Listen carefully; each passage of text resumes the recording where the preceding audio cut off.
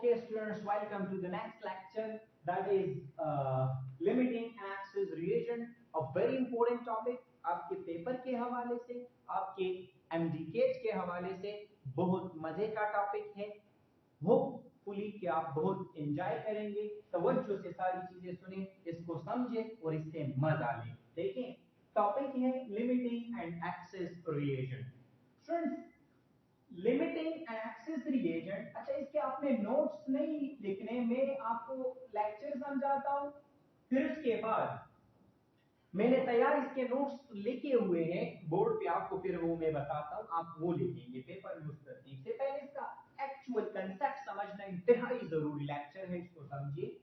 Limiting reagent क्या हो यार, मैं आपको केमिस्ट्री में लिमिटिंग रिएजेंट समझाने से पहले कुछ जनरल एग्जांपल्स दूंगा। जनरल एग्जांपल्स को आप समझेंगे तो आपको एक्चुअल में समझ आएगा कि लिमिटिंग रिएजेंट क्या होता है और एक्सेस रिएजेंट क्या होता है। सो लेट्स सी, रिएक्शन हमारे पास क्या होता है, रिएक्टेंट्स, दो रिएक्टेंट आपस में कंबाइन होकर क्या बनाते हैं, प्रोडक्ट बनाते हैं।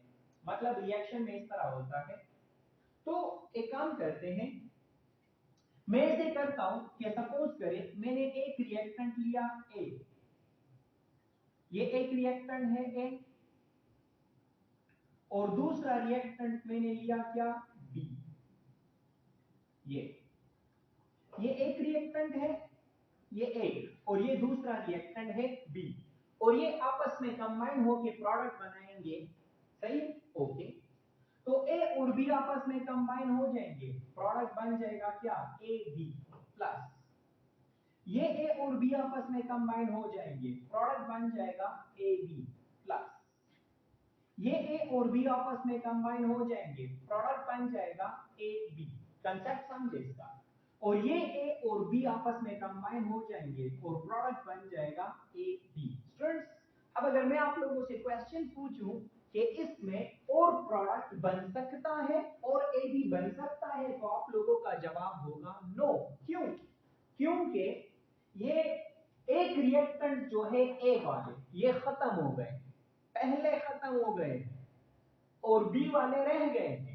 बी तो मौजूद है लेकिन ए वाले रिएक्टेंट से मौजूद नहीं है, जिसकी वजह से वो ये बी वाले उसके साथ कंबाइन नहीं हो सकते, क्योंकि और है नहीं, तो लिहाजा वो प्रोडक्ट नहीं बन सकता।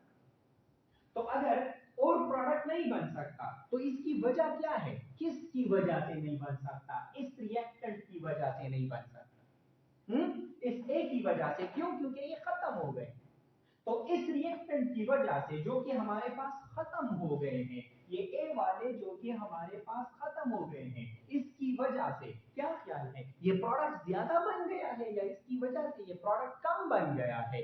कम बन गया है। क्यों सर? क्योंकि अगर ए यहां पर और होते तो ये बी के साथ कंबाइन हो जाते और ये और भी प्रोडक्ट बन जाता, लेकिन ये ए खत्म हो गए, तो इसकी वजह से अब और प्रोडक्ट नहीं बन सकता। तो ये जो रिएक्टेंट होता है जिसकी वजह से कम अमाउंट ऑफ प्रोडक्ट प्रोड्यूस होता है, इस रिएक्टेंट को हम बोलते हैं, इस रिएजेंट को हम बोलते हैं क्या, limiting reagent. So what is limiting reagent? The reagent which produces least amount of product, due to which the reagent due to which least amount of product is obtained, that reagent is called what, limiting reagent. बात समझ में आ रही है कि नहीं? So ये हमारा हुआ क्या, limiting reagent। और ये जो रिएक्टेंट एक्स्ट्रा रह गया है, ये जो रिएक्टेंट एक्स्ट्रा रह गया, अनरिएक्टेड रह गया, जिससे प्रोडक्ट नहीं बन सकता, जिसने ए के साथ रिएक्ट नहीं किया, इस रिएक्टेंट को बोलते हैं क्या, एक्सेस रिएजेंट। तो एक्सेस रिएजेंट क्या होगा, the reagent which is left unreacted at the end of the reaction, that is called what, excess reagent. So limiting reagent, the reagent which produces least amount of product. Excess reagent, the reagent which is left unreacted at the end of the reaction, that is called limiting and that is called excess reagent. बात समझ में आ रही है ना? ये तो मैंने एक जनरल एग्जांपल समझाया आप लोगों को। अब एक और पॉइंट समझे, एक और जनरल एग्जांपल समझे। आपको और भी इसकी आसानी से समझ आ जाएगी। मैं आप लोग को एक जनरल एग्जांपल लेता हूं। देखिए, आप लोग घर चले जाते हैं और घर जाकर आप लोग खाना खाते हैं, तो खाने में ऐसे नहीं होता कि आपके सामने सिर्फ रोटी रख दी जाती है और आप सिर्फ रोटी खाते हो। ऐसे भी नहीं होता कि सिर्फ सालन रख दिया जाए आप वो खा लेते हो, नहीं। एक रोटी और एक सालन आपके सामने रखते हैं, आप वो खाते हो और प्रोडक्ट बनाते हो। रिएक्शन होता है दोनों का, प्रोडक्ट बनता है। सोचिए, इस एग्जांपल से आप एक्चुअल कंसेप्ट ले ले, उसको समझे। सपोज करें आप घर चले गए, घर में बहुत सारे मेहमान आए थे और आपके घर में जो रोटी है वो बहुत थोड़ी सी रह गई है, सालन बहुत ज्यादा है, बहुत ज्यादा सालन रह गए, रोटी बहुत थोड़ी रह गई। तो आपके सामने आपकी अम्मी वो आपके सामने रख लेते हैं और आप रोटी उठा के सालन के साथ कंबाइन करके, रिएक्टेंट्स को कंबाइन करके आप प्रोडक्ट बनाते हो, खाना शुरू कर लेते हो। ऐसे में क्या हो जाता है, ऐसे में इस तरह हो जाता है कि रोटी खत्म हो जाती है। तो जब रोटी खत्म हो जाती है तो फिर आप लोग क्या करते हो, रोटी जब खत्म हो जाती है तो आप लोग, मुझे तो पता है ना कि आप लोग फिर क्या करते हो, आप वो सालन उठाकर इस तरह फेंक देते हैं कि इस टाइम घर आ जाते हो और आपके घर में कुछ भी नहीं होता और ये वो, समझ रहे हैं ना। तो मतलब कि आप लोग क्या करते हो, वो जो रोटी है वो जो पहले खत्म हो गई, जिसकी वजह से आपकी भूख नहीं मिटी, जिसकी वजह से कम अमाउंट ऑफ प्रोडक्ट बना, वो रोटी हो गई क्या, लिमिटिंग रिएजेंट। और जो जो एक्स्ट्रा सालन रह गया है, जो कि प्रोडक्ट नहीं बना सकता अकेले, उसको क्या बोलते हैं, एक्सेस रिएजेंट। समझा गया है कि नहीं? So that is the way कि what is limiting reagent and what is excess reagent. Clear हो रहा है? ओके, कंसेप्ट समझा रहा हूं, अभी मैं इसके नोट्स नहीं लिख पा रहा हूं, कंसेप्ट समझिए। अब केमिस्ट्री में जाने से पहले चलो एक और भी पढ़ते हैं, एक और एग्जांपल।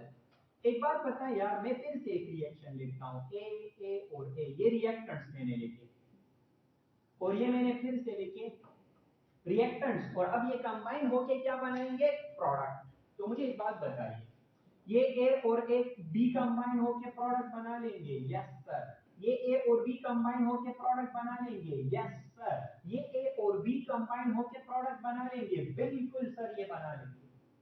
तो यार जब ये सारे रिएक्टेंट्स आपस में कंबाइन होकर प्रोडक्ट बना लेंगे तो और प्रोडक्ट बन सकते हैं? नो, ये भी खत्म हो गए, ये भी।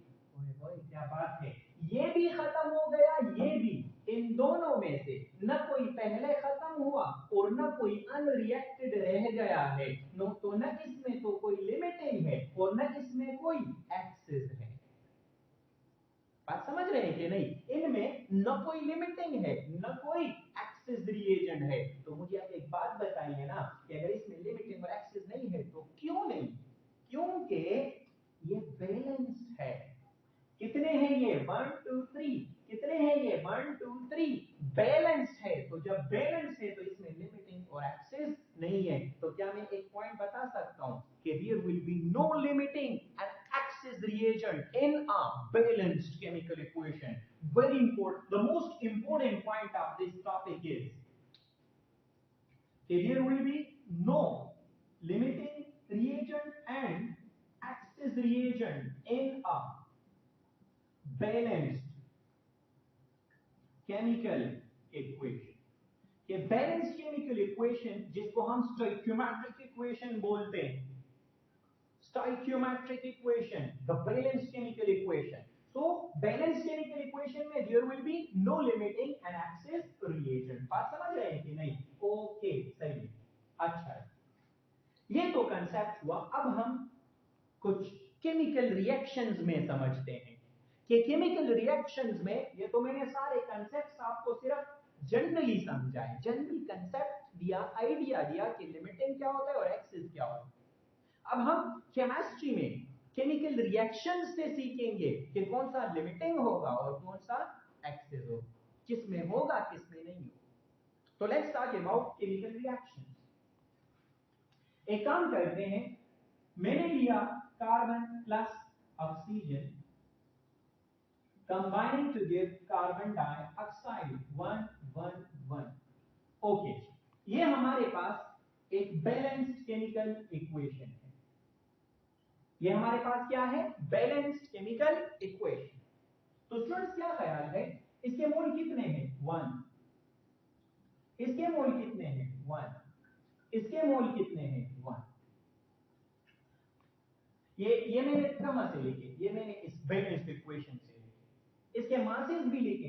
कार्बन का मास क्या है 12 ग्राम, O2 का मास क्या है 32 ग्राम, CO2 का मास क्या है 44 ग्राम। ये मैंने कहां से लिखे, ये भी मैंने इस बैलेंस्ड इक्वेशन से लिखे।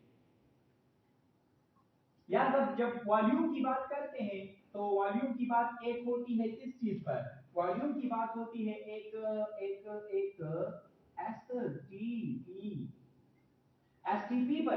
गैस का वॉल्यूम क्या होता है 1 मोल का 22.4। तो ये कार्बन तो गैस नहीं है, तो इसका मैं वॉल्यूम नहीं लिख रहा, मैं O2 का लिख रहा हूं। तो O2 का वॉल्यूम एसटीपी पर क्या होगा 1 मोल है तो 22.4 dm3। कार्बन डाइऑक्साइड भी गैस है तो वो भी 1 मोल है तो उसका भी वॉल्यूम क्या होगा 22.4 dm। कार्बन का नहीं लिखा क्योंकि carbon is not a gas, तो गैस का हम वॉल्यूम लिखते हैं, ये गैस नहीं है तो इसका मैं वॉल्यूम नहीं लिख सकता। और अगर मैं आरटीपी पर लिखना चाहूं, इससे पहले लेक्चर में समझाया है कि what is STP and RTP. तो आरटीपी पर 1 मोल का वॉल्यूम कितना होता है 22.24 dm3। और अगर O2 1 मोल है तो क्या लिखूं 24 dm3। और अगर ये भी 1 मोल है तो क्या लिखूं 24 dm3। क्लियर है ना। ये सब कुछ जो आपको नजर आ रहा है ये मैंने लिखा है इस बैलेंस्ड केमिकल इक्वेशन से। तो इस बैलेंस केमिकल इक्वेशन में ये जो चीजें हैं ये बैलेंस्ड है, और जब तक ये हालात होंगे जो कि आपने इस बैलेंस्ड इक्वेशन से लिखे हैं तब तक इनमें कोई भी लिमिटिंग और एक्सिस रिएजेंट नहीं होगा। क्यों? क्योंकि हमने इधर बड़ा पॉइंट पढ़ लिया है कि जब तक एक रिएक्शन बैलेंस्ड होगा और जो वैल्यूज आप बैलेंस्ड इक्वेशन से बताते हो वो तब तक इसमें कोई लिमिटिंग और एक्सिस रिएजेंट्स नहीं होगा। तो अगर मैं अब आपसे क्वेश्चंस पूछूंगा, आप लोग जवाब देते जाएंगे। रेडी है ना। इस सब को देखिए, ये बैलेंस कंडीशन है, मैं बार बार बता रहा हूं ये बैलेंस है, बैलेंस है, बैलेंस है। क्वेश्चन पूछता हूं, आप लोग जवाब देते जाएं। When 1 mole of carbon reacts with 1 mole of oxygen to give carbon dioxide, limiting reagent will be कौन सा होगा none of these। क्यों सर, ये तो बैलेंस है। वेरी गुड, फिर सुनिए। If 12 gram of carbon reacts with 32 gram of oxygen to give carbon dioxide, which one will be the limiting reagent? Sir none of these, क्योंकि इसमें फिर ये बैलेंस है। Very very good. अच्छा, अगर मैं ऐसे कह दूं, मैं ये इसका मोल कह के इसका मास कह सकता हूं, इसका मोल इसका वॉल्यूम, इसका मास इसका मोल इसका मास मतलब मैं कुछ भी इसमें, लेकिन जब तक ये सब चीजें होंगी तब तक इनमें कोई लिमिटिंग रिएजेंट नहीं होगा। तो बताएं ना, अगर मैं ऐसे कहूं कि if 1 mole of carbon reacts with 22.4 dm³ of oxygen and STP to give carbon dioxide, what will be the limiting reagent? Sir none of these। क्यों? क्योंकि सर बैलेंस हालत बताया आपने। वेरी गुड, फिर बताएं। अगर मैं कहूं कि if सुने गौर से, if 1 gram of carbon reacts with 1 mole of oxygen to give carbon dioxide, limiting reagent will be none of these। Sir क्यों? क्योंकि सर आप फिर से बैलेंस बता रहे हो, और जब तक बैलेंस होंगे तब तक इनमें कोई लिमिटिंग और एक्सेस रिएजेंट नहीं होगा। उम्मीद है ये वाला पोर्शन समझ में आया। लेकिन अब एक और बात कीजिए, याद रखिए स्टूडेंट्स, याद रखिए एंड याद रखिए एंड याद रखिए, बैलेंस कंडीशन सिर्फ ये नहीं है जो आपको नजर आ रहा है। बैलेंस कंडीशंस सिर्फ और सिर्फ ये नहीं है जो आपको नजर आ रहे हैं। बैलेंस कंडीशंस ये भी है कि अगर इन सब चीजों को इक्वली डबल किया जाता है, इनको इक्वली ट्रिपल किया जाता है, इनको इक्वली हाफ किया जाता है, ये स्टिल बैलेंस ही रहेंगे, और जब तक बैलेंस रहेंगे तब तक इनमें कोई लिमिटिंग और एक्सेस रिएजेंट नहीं होगा। मतलब इन वैल्यूज को अगर इक्वली बढ़ाया जाए या इनको इक्वली हाफ किया जाए, एक को हाफ किया दूसरे को भी हाफ किया, एक को डबल किया दूसरे को भी डबल किया, एक को 10 टाइम बढ़ाया दूसरे को भी 10 टाइम बढ़ाया, still that will remain balanced। और जब तक बैलेंस तब तक इनमें कोई लिमिटिंग और एक्सेस रिएजेंट नहीं होगा। समझ रहे हैं कि नहीं? तो अब आप बताएं ना। अब क्वेश्चन में फिर से पूछूंगा और आप लोग फिर से जवाब देंगे। जी जनाब, सुनिए क्वेश्चन, गौर से देखते जाएं, गौर से, और फिर जवाब देते जाएं। If 2 moles of carbon reacts with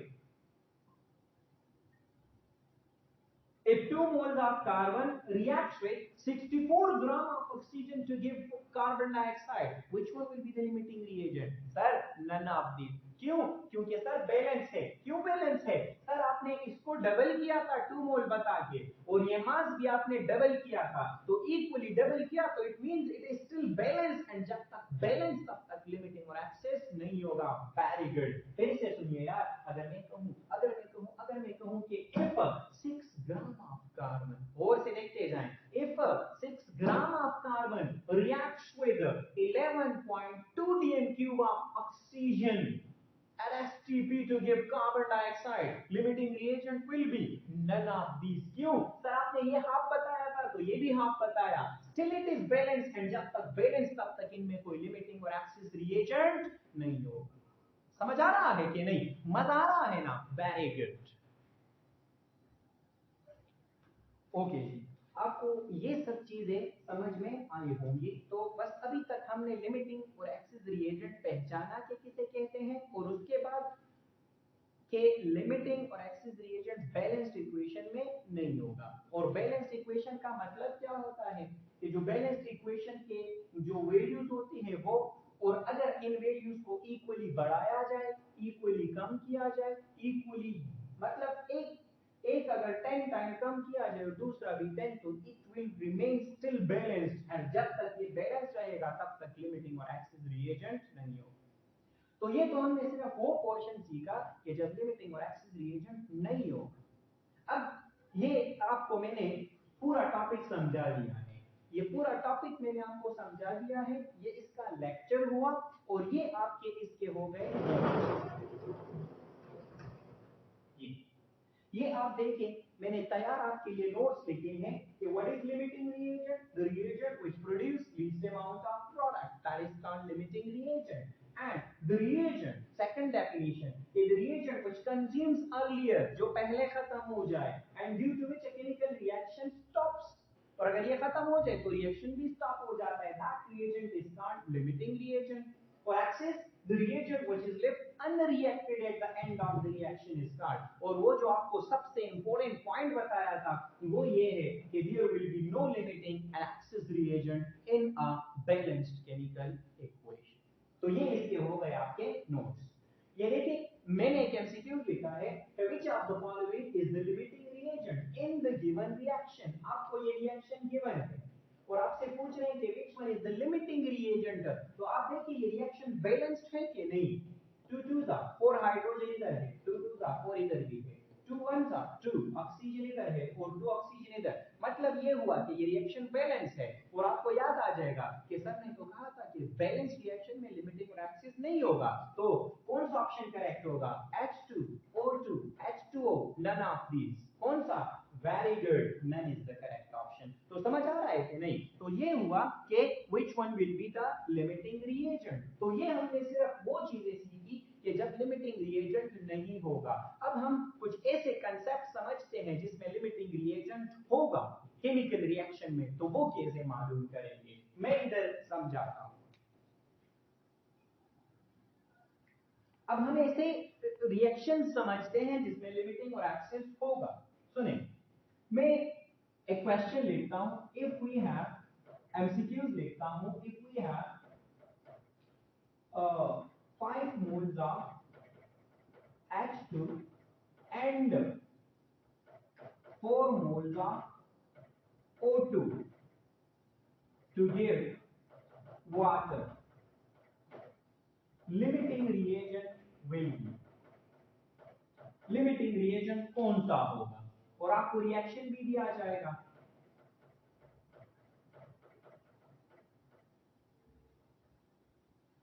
options हैं. Option A H2, option B O2, option C H2O, option D none. अब गौर से समझें, अब गौर से समझें.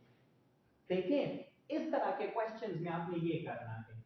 हमें ये जो आपको क्वेश्चन दिया जाता है ना लिमिटिंग और एक्सेस रिएजेंट का, उसको आपने बैलेंस इक्वेशन के साथ कंपेयर करके बताना है. कैसे? सुनिए, बैलेंस इक्वेशन में बता रहा है कि 1 मोल ऑक्सीजन के लिए चाहिए 2 मोल हाइड्रोजन. 1 मोल ऑक्सीजन के लिए चाहिए 2 मोल हाइड्रोजन, तो अगर 1 मोल के लिए 2 मोल चाहिए तो ये बैलेंस्ड है। बैलेंस्ड है ना। ओके, तो अगर मैं 2 मोल्स के लिए 4 मोल हाइड्रोजन करूं तो तब भी बैलेंस होगा। अगर मैं 3 मोल्स के लिए 6 मोल्स कह दूं तब भी बैलेंस। अगर मैं 5 मोल्स के लिए 10 मोल्स कह दूं तब भी बैलेंस। और जब तक बैलेंस होगा तो लिमिटिंग और एक्सेस नहीं होगा। तो अब जरा क्वेश्चन पर आते हैं। हमें पता है कि 1 मोल के लिए चाहिए 2 मोल, तो क्वेश्चन में क्या दिया है 4 मोल O2। गौर से देखें 4 मोल्स O2, तो यार अगर 4 मोल O2 दिए हैं तो हमें डायरेक्ट दिमाग में आ गया है हमारा कि 4 मोल्स के लिए चाहिए 8 मोल्स H2। तो अगर 4 मोल्स के लिए 8 मोल H2 चाहिए तो हमें दिए कितने हैं 5 मोल्स ऑफ H2। तो देखिए ना 4 मोल्स के लिए चाहिए 8 मोल्स, तो अगर 4 के लिए 8 दिए होते ये बैलेंस होता, लिमिटिंग और एक्सेस ना होता। अगर 4 मोल के लिए 8 चाहिए, अगर 8 से ज्यादा दिए होते तो फिर ये एक्सेस होता, अगर 8 दिए होते बैलेंस होता, और अगर 8 से कम दिए होते तो फिर क्या होता लिमिटिंग होता। तो अब बताए ना 4 मोल्स के लिए कितने चाहिए 8 मोल्स, दिए कितने हैं 5 मोल्स, तो चाहिए 8, और दिए कितने हैं 5 मोल्स, कम मोल्स दिए हैं कि नहीं। तो H2 के चाहिए 8 मोल्स और दिए हैं 5 मोल्स, कम दिए हैं। तो इसका मतलब हुआ कि H2 is the limiting reagent. समझ में आ गया है कि नहीं। so that is all about the original concept of limiting and access reagent। उम्मीद है ये कंसेप्ट्स, ये सारी चीजें अभी से ये तक आपको समझ में आई होंगी। अब हम ऐसे करते हैं कि इस लिमिटिंग और एक्सेस रिएजेंट पे एक एग्जांपल को, डिटेल लॉन्ग न्यूमेरिकल को सॉल्व करते हैं।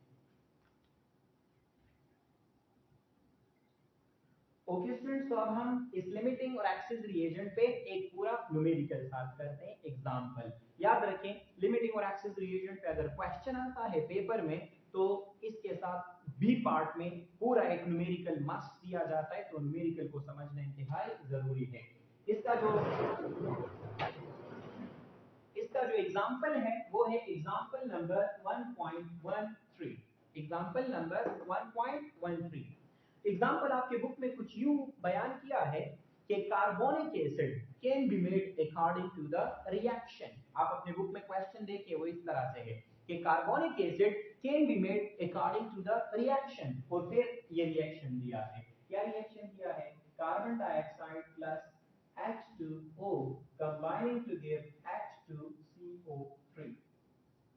ये रिएक्शन दिया है कि carbonic acid can be made according to the reaction. Carbonic acid बना है इस रिएक्शन। फिर इस क्वेश्चन में कहते हैं एग्जांपल में कि if 120 gram of carbon dioxide, if 120 gram of carbon dioxide, इसका मतलब क्या हुआ मास in gram of carbon dioxide. दिया क्या है mass in gram of carbon dioxide, कितना दिया है 120 ग्राम। If 120 gram of carbon dioxide is dissolved in 80 gram of water, 80 gram of water मतलब mass in gram of water, mass in gram of water कितना है 80 ग्राम। Then दो part से इस question.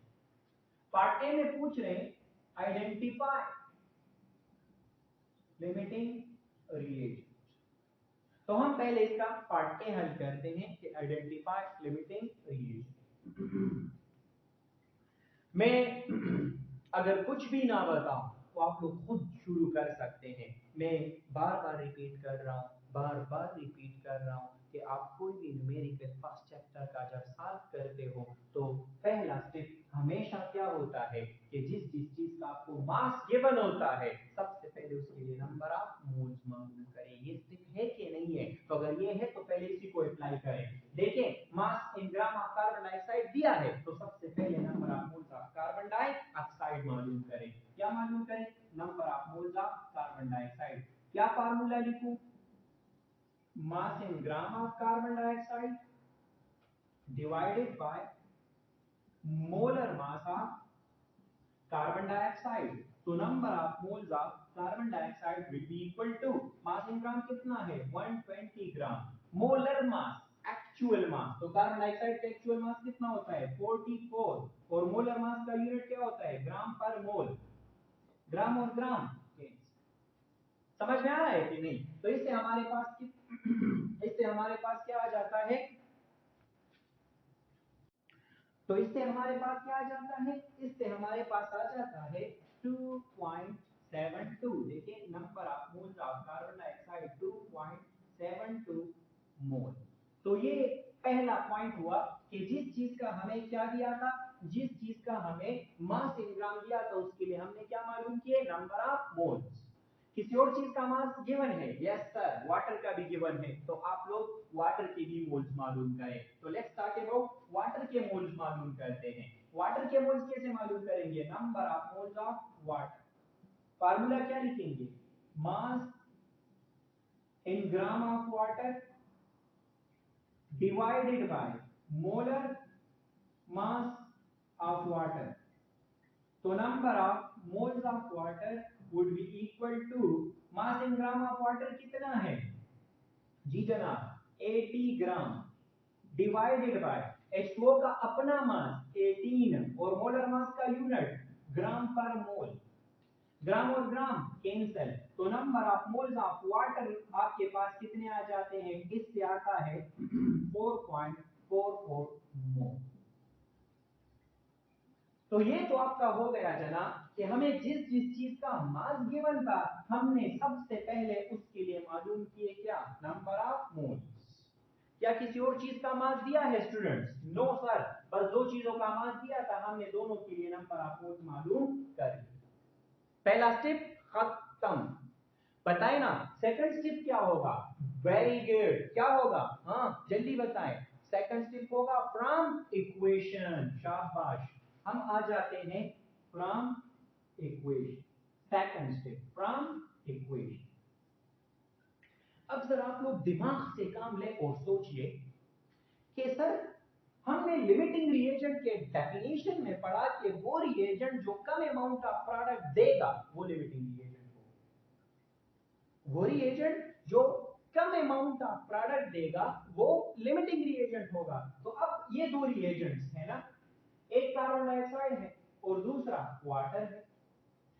हम पहले देखेंगे कि कार्बन डाइऑक्साइड कितना प्रोडक्ट देता है, फिर देखेंगे कि वाटर कितना प्रोडक्ट देता है, दोनों को कंपेयर करेंगे, जिसने कम अमाउंट ऑफ प्रोडक्ट दिया होगा वो हमारा लिमिटिंग रिएजेंट होगा, ऐसा है कि नहीं। तो लेट्स स्टार्ट, सबसे पहले कार्बन डाइऑक्साइड, तो फ्रॉम इक्वेशन पहले कार्बन डाइऑक्साइड का बताइए ना शाबाश, 1 मोल कार्बन डाइऑक्साइड गिव्स 1 मोल कार्बोनिक एसिड, मतलब 1 मोल प्रोडक्ट, तो मैं लिख लूंगा 1 mole carbon dioxide gives 1 mole carbonic acid, carbonic acid is the product. तो अगर 1 मोल दे रहा है तो इधर देखिए कार्बन डाइऑक्साइड के कितने मोल्स हैं 2.72 है कि नहीं, तो 2.72 mole carbon dioxide will give 1 मोल दे रहा है 2.72 मोल, यही देगा कि नहीं, यस सर यही देगा। तो मतलब ये हुआ कि कार्बन डाइऑक्साइड ने कितना अमाउंट ऑफ प्रोडक्ट किया 2.72 मोल ऑफ प्रोडक्ट। तो मैं लिख लूंगा इसके साथ एक पॉइंट लिख लूंगा, क्या पॉइंट लिख लूंगा कि carbon dioxide gives 2.72 moles of product. Okay, अब हम नेक्स्ट पर जाते हैं कि दूसरा रिएजेंट कितना प्रोडक्ट देगा, तो मैं फिर से लिख लूंगा फ्रॉम इक्वेशन, मैं फिर से लिख लूंगा क्या फ्रॉम इक्वेशन, और अब इक्वेशन से आप उसकी बात करें वाटर की, तो बताए ना वाटर की बात करें ना शाबाश, 1 मोल वाटर गिव्स 1 मोल कार्बोनिक एसिड, तो मैं इधर लिख लूंगा 1 मोल वाटर गिव्स 1 मोल कार्बोनिक एसिड। तो अगर 1 मोल दे रहा है तो हमारे पास कितने मोल ऑफ वाटर आए हैं 4.44, तो बताए ना 4.44 मोल ऑफ वाटर गिव्स कितने 4.44 मोल कार्बोनिक एसिड। तो वाटर ने कितना दिया, मैं लिख लूंगा इसके साथ ये पॉइंट लिख लूंगा कि water gives 4.44 moles of product. तो अब आप बताएं ना कार्बन डाइऑक्साइड रिएक्टेंट ने कितना प्रोडक्ट दिया 2.72 और वाटर ने कितना प्रोडक्ट दिया 4.44। किसने कम अमाउंट ऑफ प्रोडक्ट दिया सर कार्बन डाइऑक्साइड ने। तो यार अगर कार्बन डाइऑक्साइड ने कम अमाउंट ऑफ प्रोडक्ट दिया है तो कार्बन डाइऑक्साइड लिमिटिंग रिएजेंट हुआ कि नहीं? यस सर बिल्कुल हो गया। तो यही तो हमारा फाइनल आंसर होगा ना कि carbon dioxide gives least means least amount of product. So carbon dioxide is the very good limiting reagent. बात समझ में आ रही है कि नहीं आ रही है? That is all about the part A of this numerical. उम्मीद है आपको ये एक लफ्ज देखिए हमने कुछ भी नया नहीं किया। फर्स्ट एग्जांपल से यही हो रहा है कि जिस चीज का मास गिवन होता है उसके लिए नंबर ऑफ मोल्स मालूम कर रहे हैं और सेकंड स्टेप वही कर रहे हैं कि फ्रॉम इक्वेशन। मजा आ रहा है? ओके अब इस तरह करते हैं कि हम इसी क्वेश्चन का पार्ट बी सॉल्व करते हैं।